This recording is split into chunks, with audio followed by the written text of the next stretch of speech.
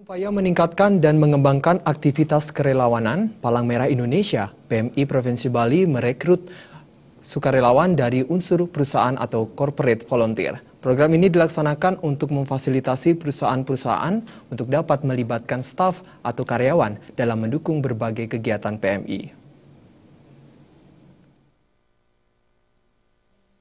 Kegiatan sebagai bagian dari corporate volunteer mulai dari respon bencana, pelayanan sosial sampai dengan peningkatan kapasitas staf PMI pada khususnya, serta organisasi PMI secara umum berdasarkan kompetensi yang dimiliki masing-masing sukarelawan.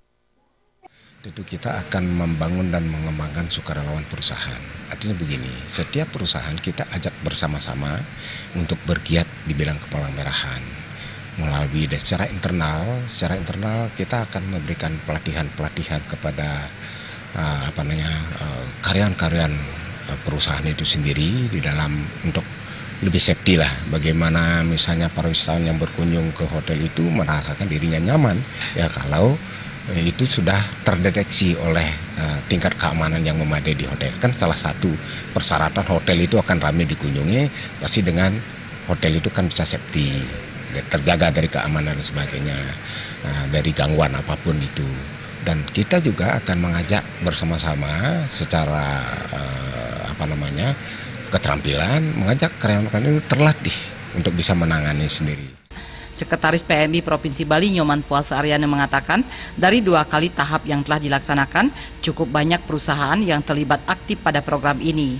Khusus untuk tahap ketiga, diundang 60 perusahaan yang ada di sekitar Kota Denpasar dan Kabupaten Badung.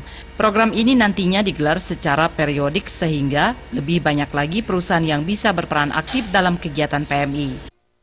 Ya, cukup baik. Jadi apresiasi dari perusahaan-perusahaan itu ya untuk mengaplikasi program-program kita cukup baik. Ya.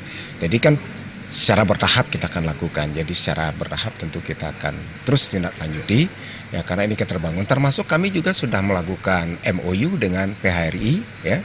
Jadi Perhimpunan Hotel dan Restoran kami sudah tinggal sekarang ada perjanjian kerjasama dengan hotel-hotel mana atau perusahaan-perusahaan mana yang akan menindaklanjuti MOU itu, termasuk dengan BHA, jadi Bali Hotel Association semua dan sebagainya.